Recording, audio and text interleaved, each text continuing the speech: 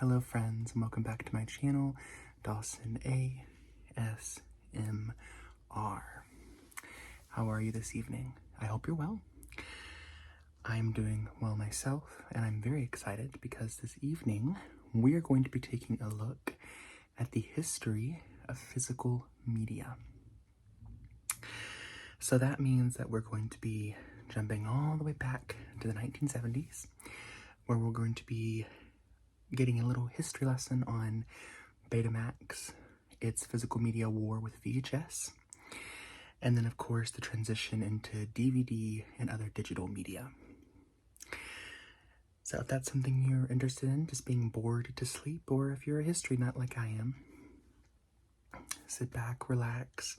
There's going to be some tapping tingles, some case tingles like DVD cases and stuff, and we'll just have some fun. So once you're settled in, we'll get started. Now, everyone, of course, has physical media of some sort, whether you grew up on it or you still collect it to this day. Physical media, of course, being any way that you consume media at home, whether that be film, music, books. In 2026, of course, in the days of Spotify and Netflix and Kindle Unlimited, we have a sort of decline in the consumption of physical media. But it's on the rise again, thankfully, and even if it seems to be more of a trend to collect it on platforms like TikTok and Instagram, it's keeping the businesses in business. So now, where did this all start? That's the fun thing. So there was a company called Sony who, back in Japan in 1975, introduced Betamax, and which would be later introduced into America that very same year. Now, Betamax is considered to be the first at-home physical media viewing format. And I unfortunately don't have any Betamaxes to show you,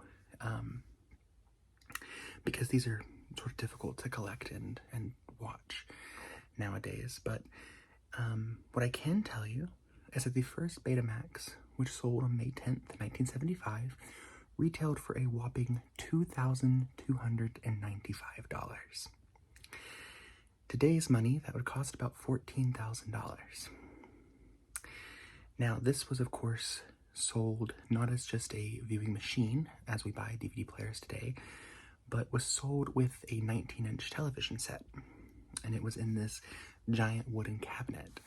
Now, those of my viewers who maybe were around at that time, or they remember being a kid when it was released, that was how it came. And I remember my grandmother having a television that was in the cabinet like that, that she had bought and kept over those years. It just lasted that long, and the Betamax didn't, but the television set itself did.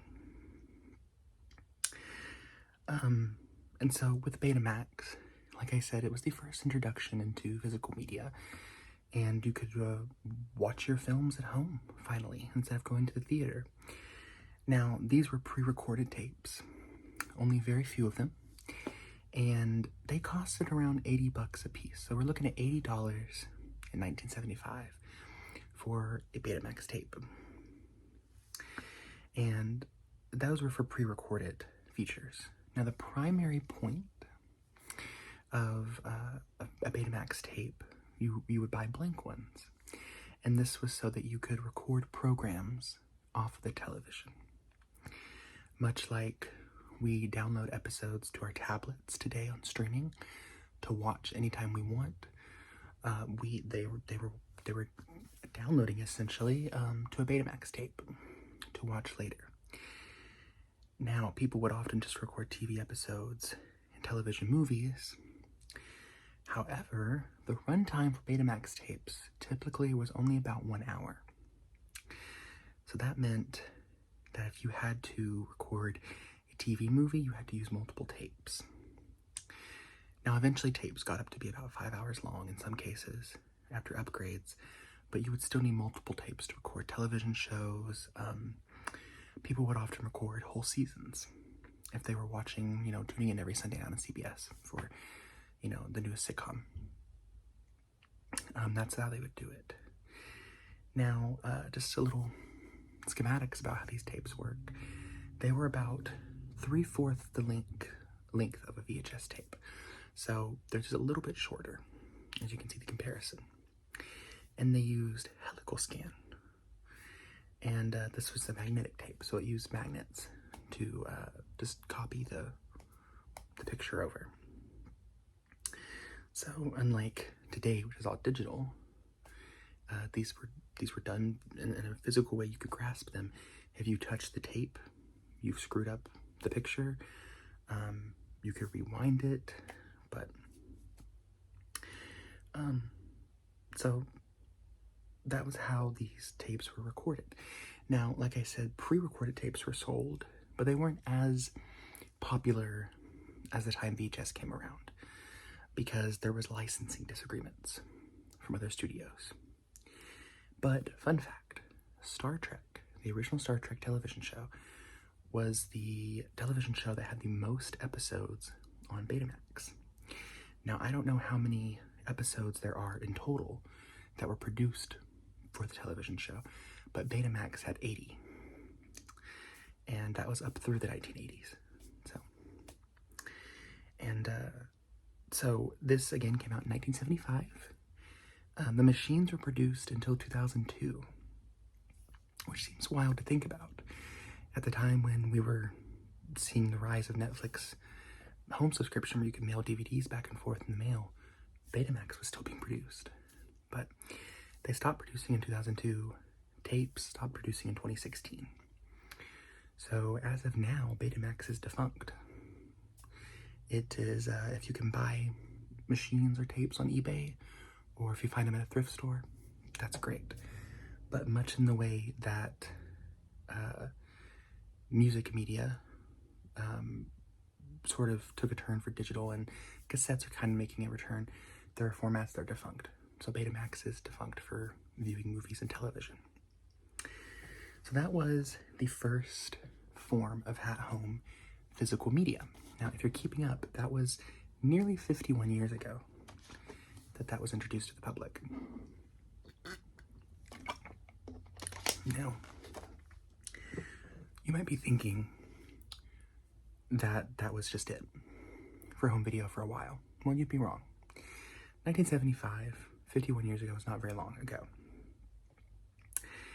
In 1975, Betamax only had about a year of market share before another company decided to step in to try to beat the competition. So let me tell you about that company. So VCRs existed well before Betamax, about 20 years or so before Betamax was introduced to the public.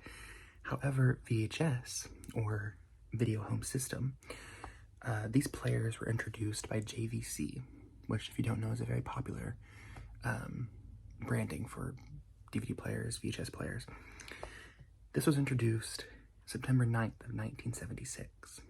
So just a little over a year later, after Betamax hit the market, the VHS player came out, the Video Home System. And this was released in America and then later in Tokyo. So you'll see a trend here between Sony and JVC and all these companies where it's back and forth between Japan and America. And when this hit the market, this started the war on home media. So whereas the Betamax retailed for over $2,000, the VHS player retailed for roughly $800 to $1,000, depending on where you bought it. And if you're keeping up on inflation, that was about $3,000 to $4,000 today. And which is funny because you can buy these players at a thrift store for $20 now. But that was how much it retailed. And of course, you again could record tapes if you wanted to. But pre-recorded tapes with film and television were much more popular on VHS. Licensing was easier. It was cheaper to make the VHS tapes than it was to make Betamax tapes. So you had tapes costing around $80 to $100 in the late 70s. But now by mid-80s, they dropped down to about $30 a tape. So this was to encourage ownership. And much in the way that DVDs and Blu-rays and things are more accessible today, they wanted to let families have more access to these movies. And though I really can't tell you one way or another, I'm sure there was a lot of influence by filmmakers of the time. Spielberg in particular was very fond of VHS. And he really wanted his films to be accessible at home.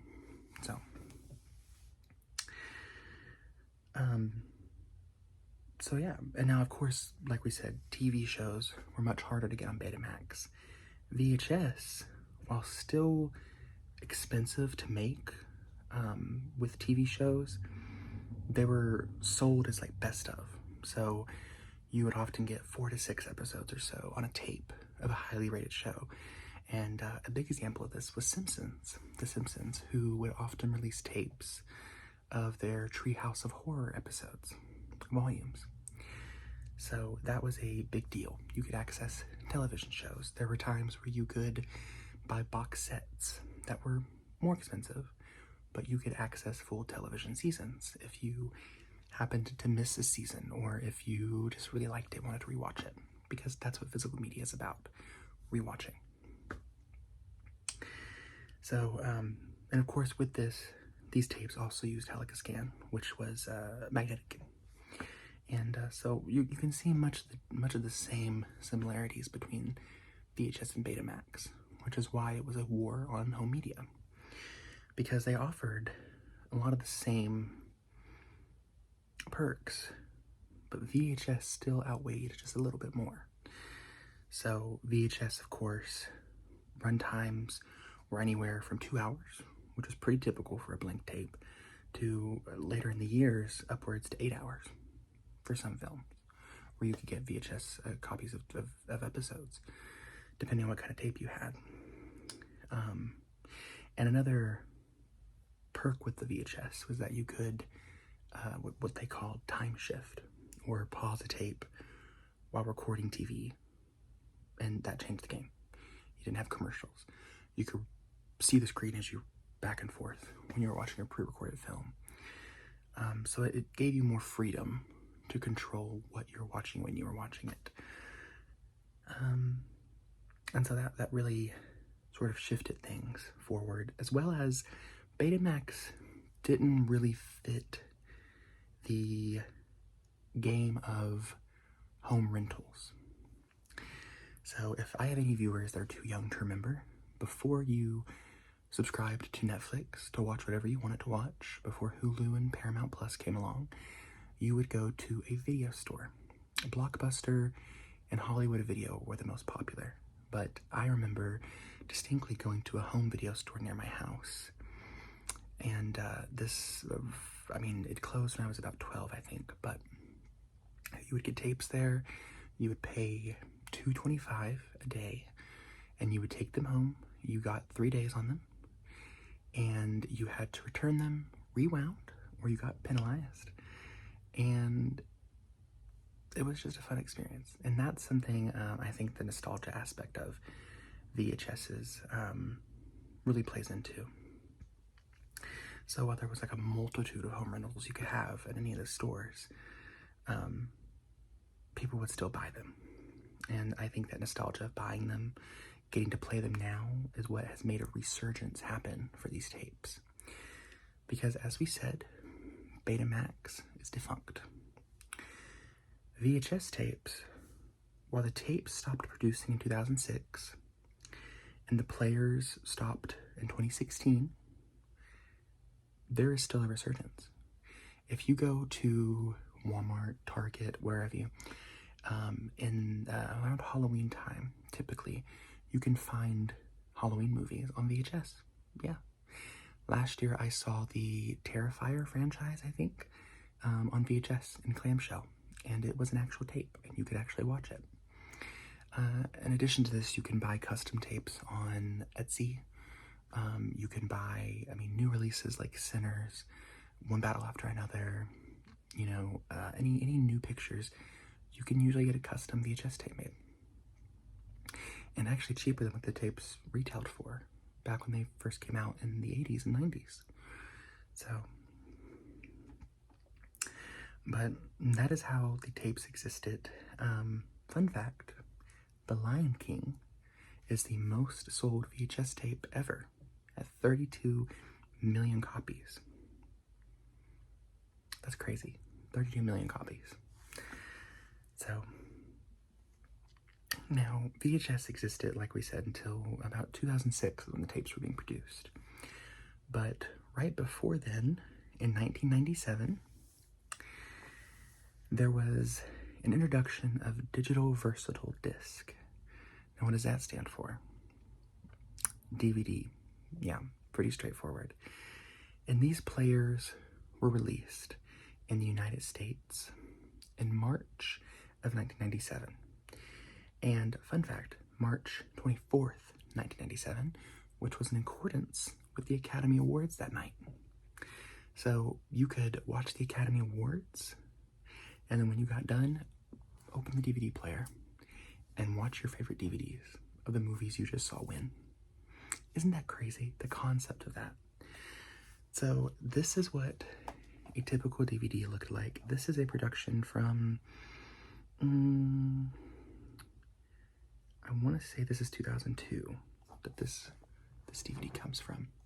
Now, the first DVD, of course, came out around the same time. So it was, and I think it's documented to be Twister. Twister is documented to be the first DVD ever released. And there were plenty more released at the same time. But this came out just a few years later. And this is 28 days later, sorry.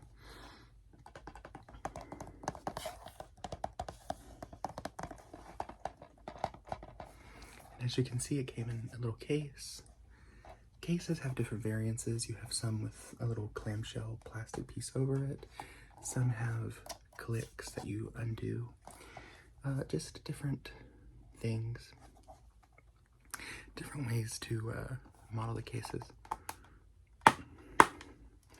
And of course, unlike the tape that came with VHS, DVDs were actual discs. So made off CD-ROMs, which was just game-changing because it was compact as well as it was just more digitally advanced.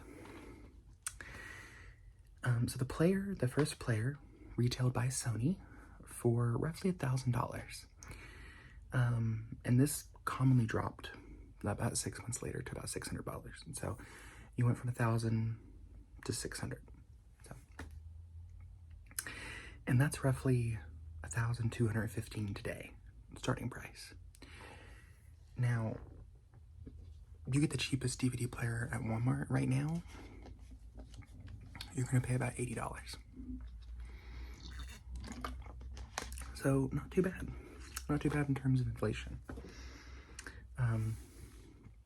DVDs cost roughly $25 to $35. So, you're looking at a movie like this was roughly $25 to $35 to buy this. And in 2026, a basic DVD, a basic disc, which I can show you, this was produced in 2024. This is a copy of Affairs of State, a fun little David Corenswet film. This is the same price. Yeah, so this thick, durable, 25 to 35, brand new on the shelf. This is about 25 to 35, depending. And this is much cheaper. It bends inward. There's plastic missing inside. And this I bought used, of course. That's the fun thing about physical media. I paid $3 for this. It's used. So, but brand new, you're gonna be paying prices like that. So, but TV shows, of course, were much easier to produce because of this. So, you were paying a little bit more, of course. I remember being a kid and seeing seasons of The Simpsons and Futurama. I was really big on Monk.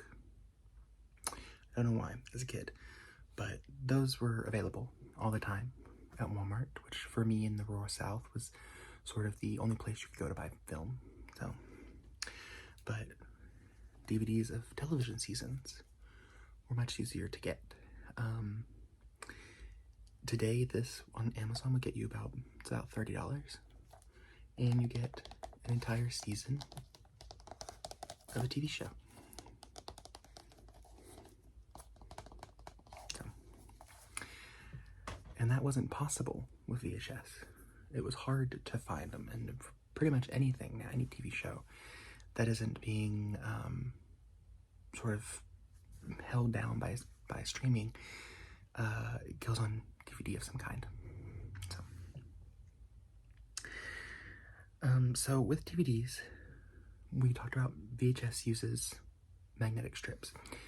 DVD uses what's called a 650 nanometer red laser to work, which is why if a disc is scratched or smeared, it has difficulty playing.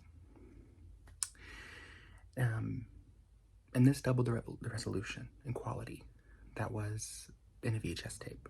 So later we'll talk about the resolution changes, especially when it came to Blu-ray and 4K. But already people could tell the quality change, the shift from VHS to DVD.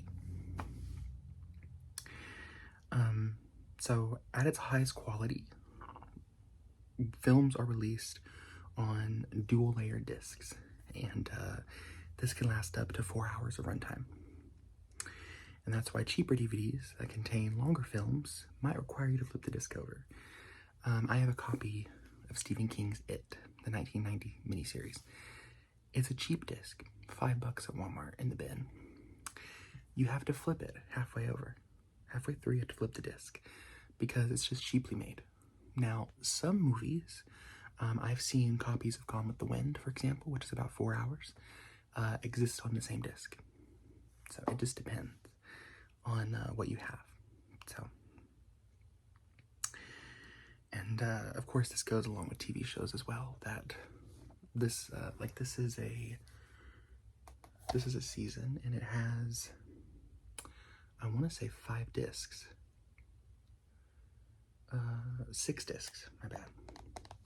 So all the episodes are spread throughout 6 discs, which is how TV shows are on DVD.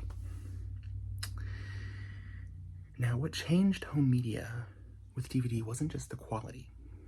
With DVD, the ability to rewind, as well as have a menu, really changed the game. DVD introduced subtitles, introduced bonus features. There were so many new elements to it that it wasn't just putting a tape in and going. You could skip through advertisements with just a click of a button. You could go to bonus features and watch behind the scenes of how things were made. You could watch gag reels, things that weren't available until DVD came around. And so this just made it a lot easier to watch things. And DVDs, at least in most home video stores, were also available to rent. So instead of having to rewind tapes, parents having to worry about paying an overage fee because they didn't rewind the tape, the disc resets itself when you take it out automatically. Now, unfortunately, with DVD and a little bit of Blu-ray, which we'll talk about in a moment, video stores kind of came to a close. Solidly by the end of 2014, they were pretty much all gone. There were a few, even today, I know one that exists, that of course has to upcharge extremely because how else they going to exist. And I think it stays in business because of nostalgia, but they were gone, and streaming had taken over, which is another video for another time. But rentals were still doing really well for DVD at the time. And because of that, and because of how well they were doing, DVDs are still being printed today. And they're offered as one of the 3 formats, the leading formats that you can get for at-home physical media. So DVD is, of course, the cheapest of the three, and I'm going to talk to you about the other two, which get increasingly expensive, but increase in quality, and have changed the industry for forever. Movies will never go back to the way they were. So that's DVD.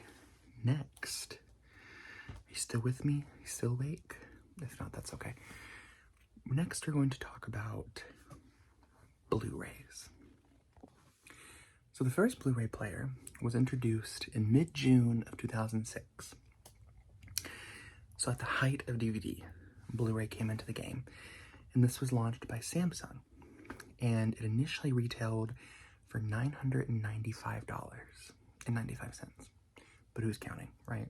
We've all just got that to throw at it. And that was roughly about $1,620 today. So you're looking at a massive difference, especially considering that today, fortunately, like DVD players, Blu-ray players are much cheaper. A good brand will cost you anywhere from $110 to $150. And they will do you just fine. They're not fancy players, but they'll get the job done. And for those who aren't familiar with Blu-ray, perhaps it's not something you ever ventured into, Blu-rays look like this. Now, I don't own the first Blu-ray. The first Blu-ray is believed to be 50 First Dates, an Adam Sandler film.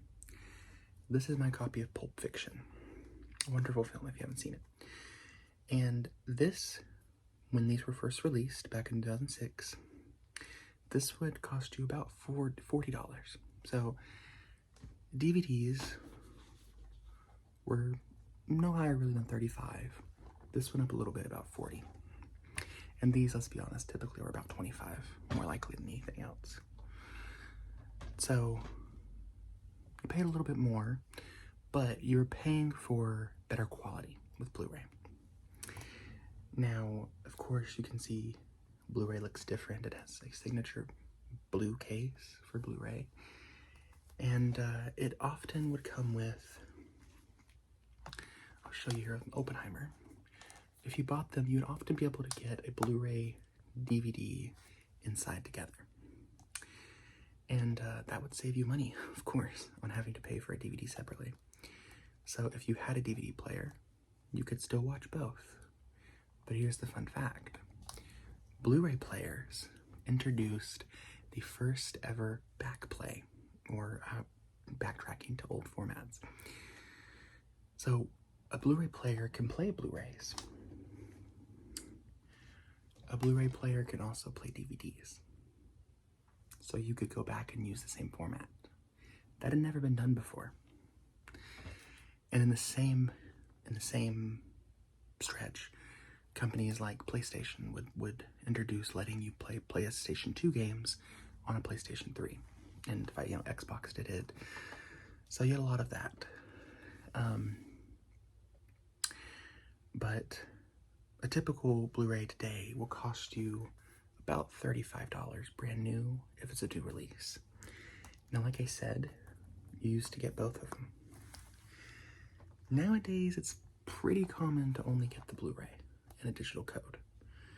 And if you're thinking that seems like the price doubled, you're kind of right. But I digress. What made Blu-ray so much better quality-wise was that it offered a higher resolution. So DVD offered a resolution pixels of about 720, 480. And for reference, a YouTube video runs higher than that nowadays. But Blu-ray offered 1920 by 1080. So much higher than DVD. There was better pixelization, better color grading, everything that essentially every filmmaker wanted their films to be, you could have it on Blu-ray. And that was a big selling point for when they first dropped.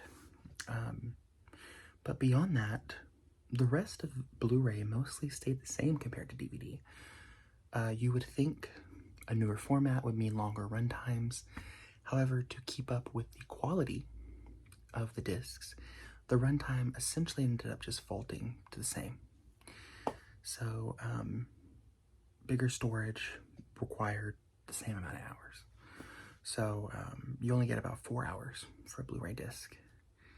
And it used the same playback, lasers of course, but instead of a 650 red, you now have a 405 blue laser. Yeah, so Blu-ray. And it was just, that was the whole gimmick. Blu-ray laser, the blue case.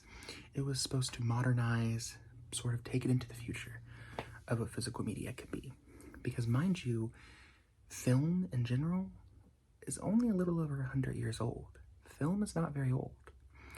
Books have been around since the dawn of age. And there is no tracking when the first novel came out. There is no tracking when the first story came out. It could be hundreds of thousands of years for all we know. Like, I don't know. Film is only a little over 100 years old. It's kind of crazy. So everything is still fresh. And Christopher Nolan, who of course did Oppenheimer, has said himself, and I'm paraphrasing of course, that he can't wait to see how film develops over the next 100 years. Because right now, we have the introduction of things like IMAX in theaters, which is a brand new viewing system. And we're only going to go up from here. So it will be interesting to see what happens to film, you know, even 30 years from now. Because some of you watching who might be grandparents at this point, you've seen 3 different formats of physical media at this point that we're talking right now. You've seen 4, but we haven't gotten there yet. So it's kind of crazy.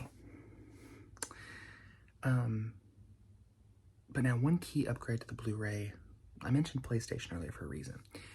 You could watch Blu-rays on PlayStations, and you still can today. So if you didn't have the money to go out and buy a player, but you were a gamer, good for you. You get to watch Blu-rays now. You can watch your films while also playing your video games. So very, very fun upgrade. And it was more about versatility. So, and keep that in mind, because in 2026, it's nothing about versatility anymore. And that's another video for another time about streaming. But now, Blu-ray discs are still being printed today. Whenever you go to a store and there's a new release, typically, not always, but very typically, you will find a DVD option, a Blu-ray option, and a 4K option, which is something we're going to talk about next. But you can still buy these in the store. TV has the same treatment, upgraded quality. You can buy it. This is Game of Thrones first season. So now the first 4K player came out February 10th, 2016. And this was by Samsung. And they were made to accompany the already created 4K television sets that had been in production since 2012. So maybe you remember 2012, I was 13 at the time, and people were flocking for the new 4K televisions. I remember my dad getting one, and it was this big 50-some inch TV that he mounted on his wall in his bedroom. And my mom could have killed him, but it was a few years later, of course, 2016, that we had the movies to match it. So the player roughly cost about $400 at launch, which sounds insane considering the Blu-ray was almost $1,000. But today, players can cost the same. If you want a better quality one, you're going to pay closer to $1,000. But you can find cheaper brands for about $250, $300. So it just depends on what you're looking for. Now, notably, 4K players weren't as accessible, and they still aren't today. This being the newest format, they're not as accessible. In order to properly play a 4K disc at its quality, its peak quality, you need a 4K television, okay? And you need a surround sound 4K setup. Now, today, any TV that's under 40 inches is not 4K. It doesn't hold the capability to be 4K. But in addition to that, you also need 4K television cords, HDMI cords, things like that. So it's a whole slew. So you're not just paying, you know, $300 for a player. You could be paying anywhere upwards. I bought my television years ago, and it's a 4K player, and I think I paid $600 just for the TV. And that was on a payment plan, thank God. So you're looking at that. You're looking at the player for $3. You're looking at the core, which is not so bad. It's about $20, but surround system can run you anywhere from $2,000 to $3,000 if you get a really nice one. So it's about the theater quality, but it's really expensive. And we're going to continue to talk about it, but in my personal opinion, unless you're a massive movie buff, there's no need for 4K at home viewing. Blu-ray will get you by just fine, even DVD. It's about consuming the media at home. So, but it's believed that the first 4K Ultra HD movie released was, funnily enough, The Amazing Spider-Man 2. Isn't that fun? A Spider-Man movie, of all things. But titles released in 2016 roughly cost the same as they do today. So you're looking at $40 to $45. Now, when they came out, this is a 4K of Transformers. You notice the HDR. And the case is much different. It's sleek, black, and this is 4K Ultra HD. Compare it to a typical Blu-ray. They're the same size, but the color is different. The color is different. And it just looks sleeker, looks neater. So they abandoned the blue cases and they went for something more professional feeling is the idea. So, and this, of course, like Blu-ray, had 4K and a Blu-ray. So Blu-ray had Blu-ray and a DVD. This had two formats as well, in digital. So, titles released, again, then to now, we're still roughly about 40 to 45. And, of course, all of these formats that are still being sold today, you can find cheaper if you look for good deals, or if they're just older in general. This, I think I paid $20, like, was on sale one day, but I paid full price for something like Superman at the drop. So, and I don't have a whole 4K setup. I don't have the sound aspect, which is fine for me. I'm half deaf as it is anyway. I don't need something blaring in my ear to make me full deaf. So, but in addition to offering the surround sound capabilities that theaters have, 4K offered a resolution that was 3840 by 2160. Now, earlier in the video I mentioned how VHS used to be the lowest quality.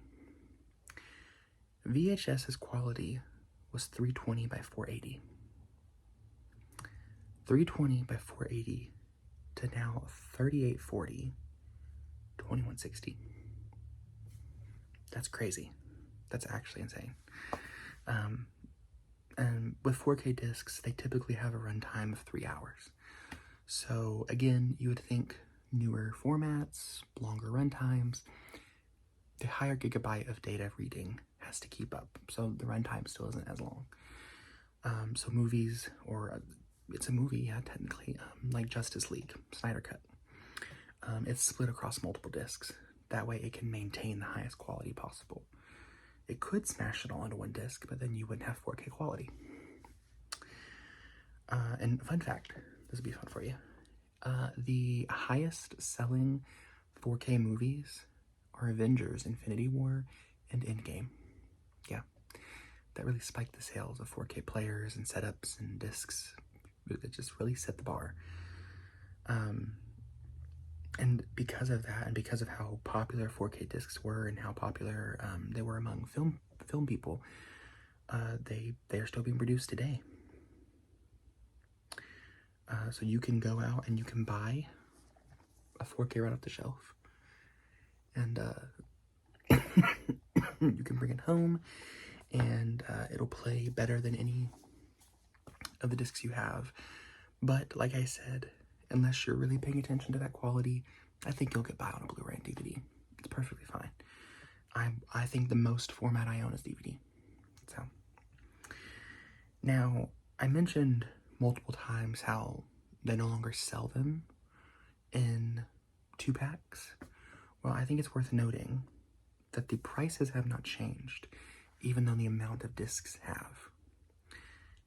So essentially, when $40 got you a 4K and a Blu-ray, this is now just 4K. So you're paying $40 still. But if you want to buy a Blu-ray on top of it, which I don't know why you would, but if you wanted to, you're paying nearly double the price. It's kind of weird, just saying. But that's why we need to keep physical media alive, so things like that don't continue to happen. Because with streaming wars, movies being removed from online services, and the film industry at risk of itself of falling prey to conglomerates like the Warner Brothers sale, it's important to just support physical media overall. Buy your movies, buy your television shows, watch them at home. I always joke that my collection over here of 300 and some movies, the subscription fee never goes up. Every month it seems like Netflix is changing their price, and discs like, it's funny I showed you 28 Days Later, until 28 years later, the sequel came out last year, you couldn't find this online. It wasn't even available to rent. If you wanted to watch it, you had to own it. So that's why physical media is important. Things are being erased. I own a movie that is one of my favorite horror movies of all time. It's a cult classic, and you cannot find it anywhere. If you were to ahoy matey, you know what that means, you still wouldn't find it. It's lost media, and I'm very fortunate to own it on DVD because not many were made. So if you have movies like that that you want to watch, track them down.